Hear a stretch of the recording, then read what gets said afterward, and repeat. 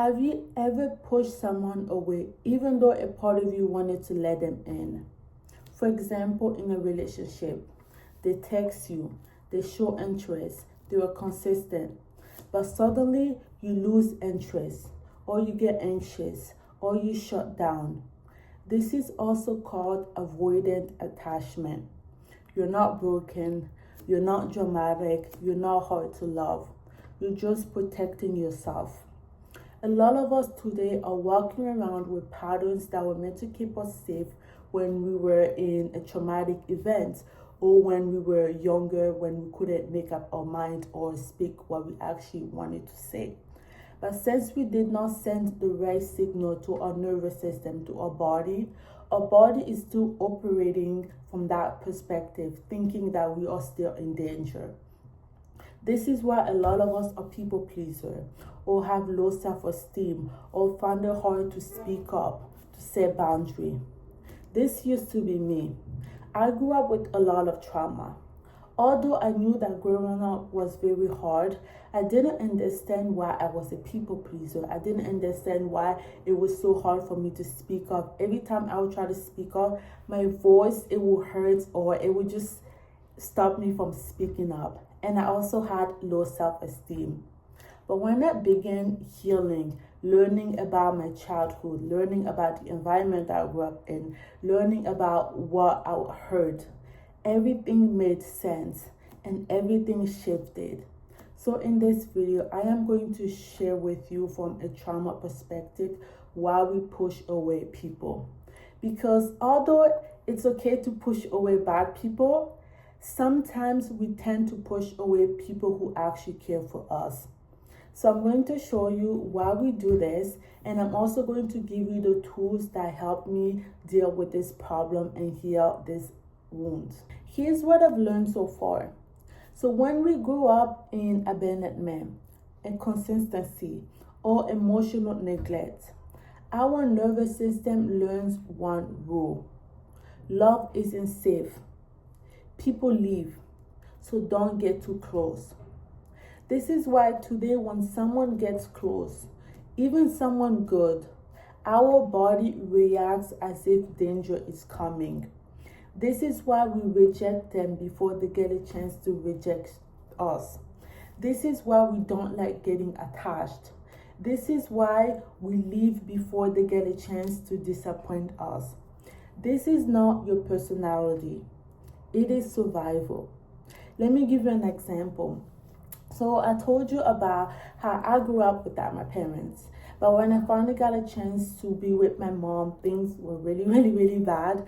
That she made me believe, or I developed this belief that any woman in general is bad. Any woman, when I see a woman, I have to protect myself. This is because the way she treated me, the things she would say to me, that my body didn't feel safe being around any woman. My body didn't feel that I can trust any woman. It was hard for me for a friendship. But I saw this, that whenever I'm at work or the gym and I see a woman, my body would just go in defensive mode, like I have to protect myself. And I would see this in the thought that would come in my mind. I would start thinking, oh, that woman over there, she thinks that you're better than her, or she's judging you. And at first I didn't understand, so I was a bit confused. And the more it kept happening, I started to kind of envy myself and shame myself, because I'm like, I don't even know that woman. Am I just like a negative person? Like, why am I thinking about this? Like, why do I think that she hates me? She doesn't even know me. This is the first time I'm seeing her. But the more I began to do more research and search, find out, okay, how was it growing up with my mother? How was it growing up with any woman? And this made sense, because growing up with my mom, I've learned that I have to protect myself. I had to protect myself from her. My body didn't feel safe to express me fully. So when I began to be around any other woman, my body's like, okay, danger is coming. You have to protect yourself. Danger is coming. And so this is why, like, it is not your personality.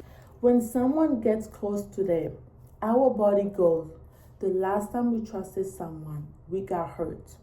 The last time we opened up, they abandoned us. So let's not go through that again.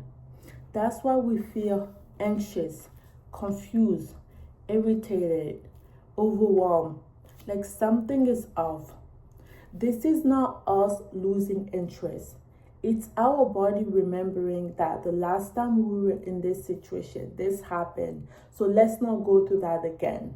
The reason why we push people away is because we fear being abandoned again. So we reject people first before they get a chance to reject us. The reason why closeness, getting attached, feel unsafe is because our childhood wired us to associate love with pain.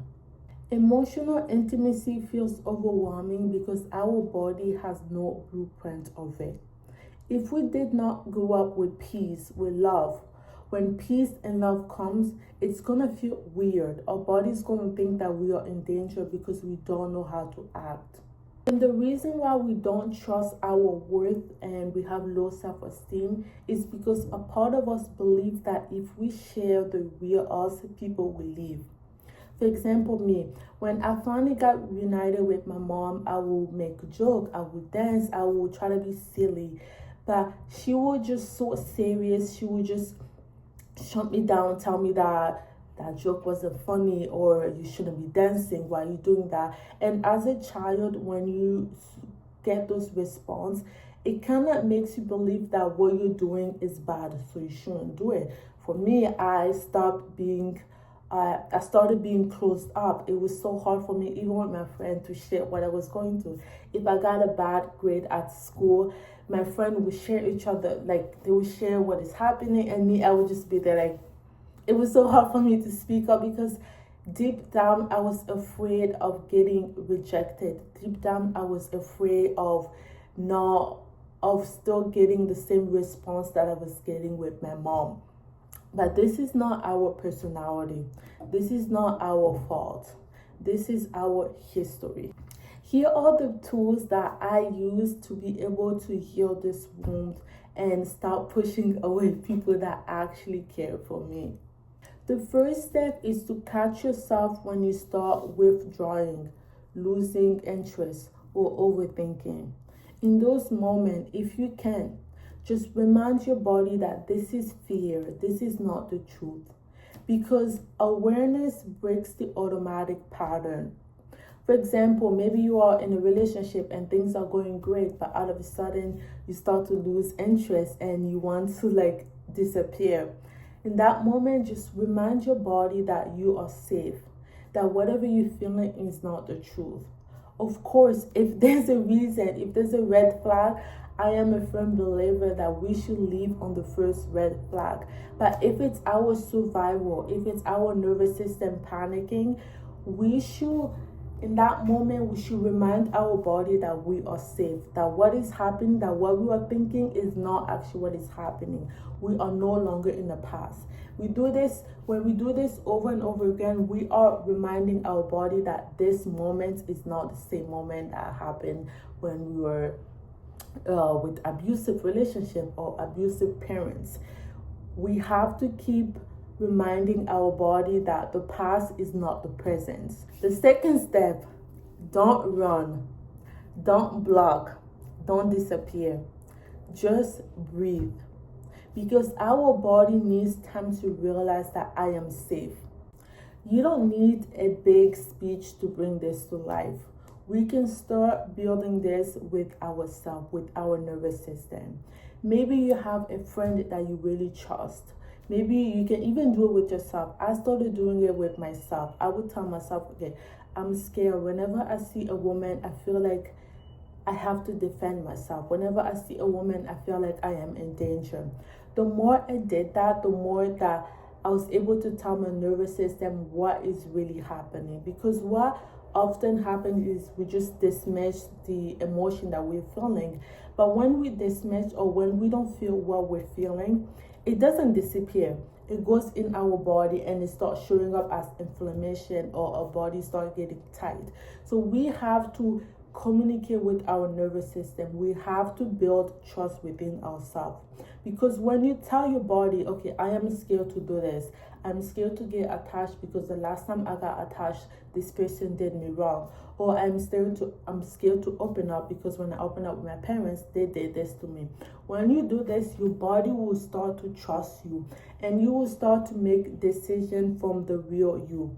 Your prefrontal cortex is the one that's going to start making decisions, and not your survival brain. We have to reparent ourselves by giving our inner child what was missing. That's how we heal abandonment wounds. The reason why we push away people, it's not exactly because of that person or that very moment. Most of the time it's because something happened growing up that we haven't been able to heal. So now our body, every time it goes to that experience again, it doesn't want you to experience that pain again. So it makes you irritated or lose interest. So you have to put time aside to really figure out what was the moment that made you not want to get close. What was the moments that made you not want to open up. Because once you know those moments, now you know how to heal your nervous system. Now you know what message to give your nervous system. Maybe you need to build safety within. Maybe you need to love yourself unconditionally. Maybe you need to build trust within yourself. You don't need to rush the connection. Small moments of safety rewires your nervous system. Trust grows like a muscle. You have to keep doing it. You have to keep building the new neural pathway. The old one will be weak, and then the new one is going to be the one that's going to keep wiring. So you can now accept people, and then the bad one, you can push them away. That is totally fine. But you have to really walk with your body to figure out, why is this happening? Why every time I'm trying to get close, trying to get in a relationship, my body just loses interest. We push people away to feel safe, not because we are broken. Your nervous system is reacting to old danger, not your current reality. When you learn to feel safe with yourself, you'll stop running away from people who actually care. We all deserve relationships where we don't have to protect ourselves from love. Healing doesn't mean forcing ourselves to trust immediately. It means slowly teaching our body that this time we're safe. Be safe, and I'll see you in the next video. Bye.